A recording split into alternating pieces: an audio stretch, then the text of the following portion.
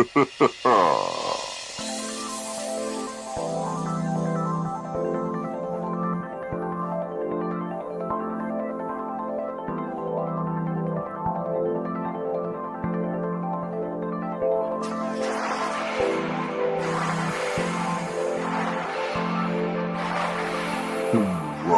Food TV.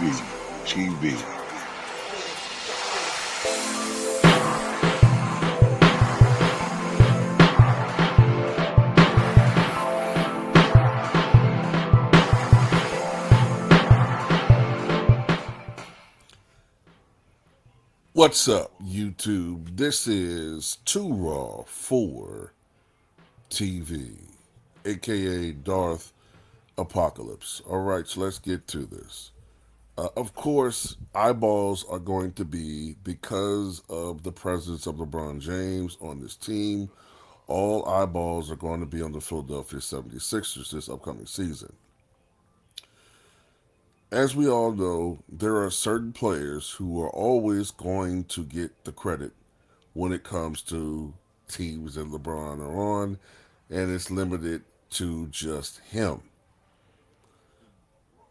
Others are going to get the blame when things don't go right. Some more than others. It appears that the one guy who's going to get the most blame is the guy whose team it already long since had been his team. That's Joel Embiid. But that's no longer the case because now this usurper, this carpetbagger, or look carpetbagger, has come to Philly. They're now making this his team, and Joel now is a servant to the LaCalls, right? So one of the big, one of the biggest question marks about Joel Embiid has always been his health as far as basketball is concerned. He has had a multitude of injuries over his career. When he's available, he's one of the best players in the league when healthy. The problem is he's almost never healthy. This is a guy that has missed more NBA games than he's been available for. He's been even more injury prone than Kawhi Leonard. In fact, I think he's missed almost 500 games and has appeared in just a little bit over 400 in the regular season. That's how injury prone he was and has been. He's missed, I think, almost his entire first two seasons due to injuries, if I'm not mistaken. That's how injury prone he is. He only appeared in 39 games this past season, although he did earn my respect coming back to play for the Sixers just 17 days after having an emergency appendectomy. Excuse me. So, there is toughness there. And when he's motivated by greats, a couple of years ago when Shaq and Barkley came out and motivated him, said, look, man, it's nice you're putting up 23 and 9 or 10, but you can be more dominant than this. He came back and had seasons averaging 27, 28, and 33, winning an MVP in one of those years, although he damn near begged for it from the beginning of the season till he got it, and then shit the bed in the playoffs. But still, it's in him. Greatness is in him, and that's what's so frustrating about Joel Embiid. A lot of it is him. If he would just have the mentality of a Kobe Bryant, or hell, he don't have to be that driven. If he had the mentality of a Steph Curry, the sky the limit would be. But he loves to eat. And look, when you're retired, you can do all of that. But when you're playing, your body is your bread and butter. You can put bread on your butter afterwards. But anyway, man, Joel Embiid looks absolutely amazing right now, man. He looks absolutely amazing. This is not AI. This is a photo that he posted on his profile. I know he posted on his Twitter yesterday of him working out. The season starts in, 6 weeks or so? No, preseason, I think, starts in 6 weeks. And he looks amazing in shape, right? And I don't know how much he weighs, but I know Joel Embiid has been as heavy as 305 pounds playing. Hovers around 290 usually. I would guess Joel Embiid to be about 265, 260. That's just a guess of mine, which would be his lowest playing weight ever. And he knows what's coming. He knows. He knows. So he's ready. And Jeff Teague of the 520 podcast, they were talking about it. And already you could see people trying to give LeBron credit for what Joel Embiid's put the work in for this upcoming season. Embiid is healthy, baby. I am not hating. Yes, sir. I'm speaking on history. Damn. Embiid in shape. Nah, he look crazy. Embiid didn't This a lost. real picture? It's a real picture, bro. Hey, cuz. That's That's a real picture. GLP-1. He on the Ozempic? He on the O. Damn. he Embiid been- on the O. He Take been it to the working. O. If he dropped 40 on the O, he'll go. When Brian on your Bro, team, and get in B shape. looking like The this. vibes is different, move. Vibes is high. Yeah, I Oh, say he it's a told Championship. Huh? Brian that. He told Brian that when they was recruiting him, What do you say? I'm in shape. I'm gonna be in shape. So that Best means he shape could of my just life. do this shit whenever he want to. Championship. So If he like been- this, he been choosing to championship. just not play. I He ain't said, gonna bro, I lie. know we were going to Nigga, win. if this is not AI, they're going to the We didn't have a championship, chance How to much win. weight you think Bro, he here lost? Like now. 50 pounds? bro. Had he, to, lost, bro. He looked crazy in that jersey. yeah, he looked like he lost 50 pounds, bro. He probably at least dropped 30 for real, for real. Wow, he decided to take it serious this year. He in shape. Over. He Hard gonna rock bet. He'll be Take the MVP. future Hey, odds. he gonna be MVP if he really like in shape like that. Ah, He bro, will. it's a wrap. He damn near the best player in the NBA when he in shape. And Wow. We just haven't seen it in so long. Shout out to LeBron effect, man. Yeah, That's dope. yeah. Joel Embiid healthy. Well, his inside still ain't worth a quarter, but he look good for sure, man. He look good, bro. the blue crazy. light test still feels. Nah, for sure. He said he got a paint job. They're just still fucked up. Look, pillow and sheets dirty, cuz. Nut stains everywhere. It could have been any type of saying. Hey, but speaking of the process, be here. Go ahead, load it up, Lou. Please. As you can hear, they're already. That's just the tip of the iceberg of what I've been seeing out there. I'm already seeing people giving LeBron James the credit for Joel Embiid coming into the season in shape.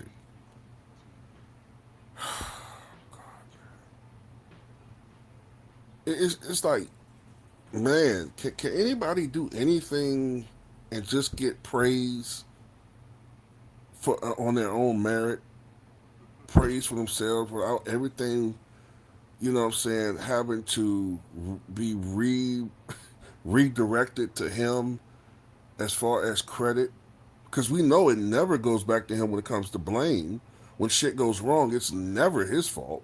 But anything positive, anything good, always is a feather in the cap, well, the feather in the dome to this motherfucker. It's just crazy, man. I will say this, man.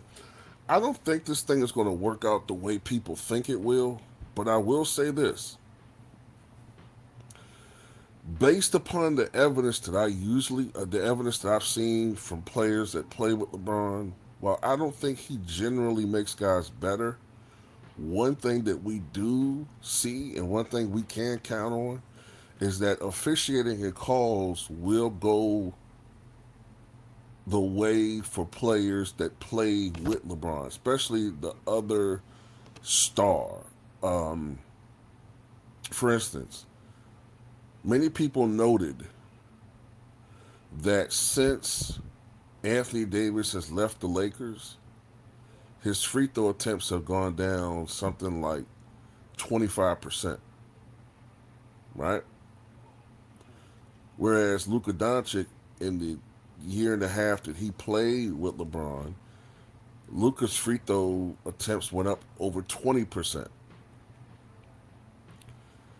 Now, Joel Embiid, for all of this shit that, Shea gets for being a free throw merchant, and it's really because Shea makes 90% of his free throws. And I told you, one of the things that people do, whatever you do well, they try to make it a negative.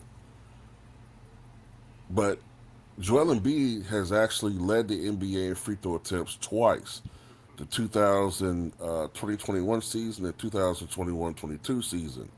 And he's had 5 different seasons, 2019, 21, 22, 23, and 24. All of those seasons, he's averaged at least 10 free throw attempts or more.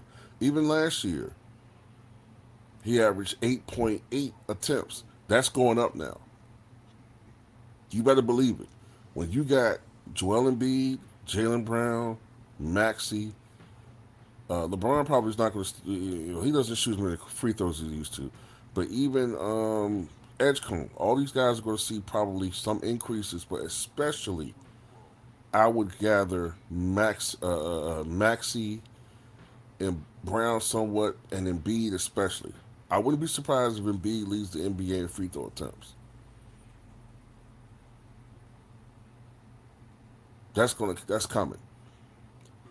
Now, whether that all correlates that's the right term to say. Whether that all correlates to him winning or the team winning, I don't know. But yeah, man, look, like I've said before, man, I have kind of mixed feelings about this because I like Jaylen Brown. I root for Jaylen Brown. And while I've always kind of been critical of Joel Embiid, and there's some things Joel Embiid has said in the past that really rubbed me the wrong way, I admire the way that he played this past season when he was available. Some of the injury problems that he's had have been self-inflicted because he hasn't stayed in shape. And in my opinion, him carrying that excess weight in this era of basketball where mobility and speed are more of an asset than size, it's hurt him. And one of the problems is this consistently down the stretch of seasons, he's broken down. Now, some of the injuries he's had have just been fluky shit, like the orbital socket fractures. You know, some of these injuries were just freaky, happenstance contact injuries. But a lot of it, especially with his legs, even with the, abdominal injuries, a lot of that is coming from excess weight. And of course, the biggest problem with Joel Embiid we have to be concerned about are his knees. Now, with him dropping all of this weight, of course, that takes a lot of stress off of his knees, and you have to hope that he can kind of have a season that goes against the pattern of injury, and he stays healthy. Now, it's possible. Hell, Bill Walton had a year where he played 80 of 82 games, and that came after Bill had probably 12 to 15 knee surgeries after his career, into his career, I should say. So hopefully, he can have a season like that. Because, like I said, I'm not rooting against Joel Embiid. I want him to have a good season. I want Jaylen Brown to have a good season. But the conflict in me is those guys having a good season probably will lead to the Sixers having a good season, which means that who gets the praise and not those guys. And that's what frustrates me. They're doing it already. Joel Embiid's putting in the work, and who's getting the praise. But anyway, that's all I got to say about it. Tell what you guys think.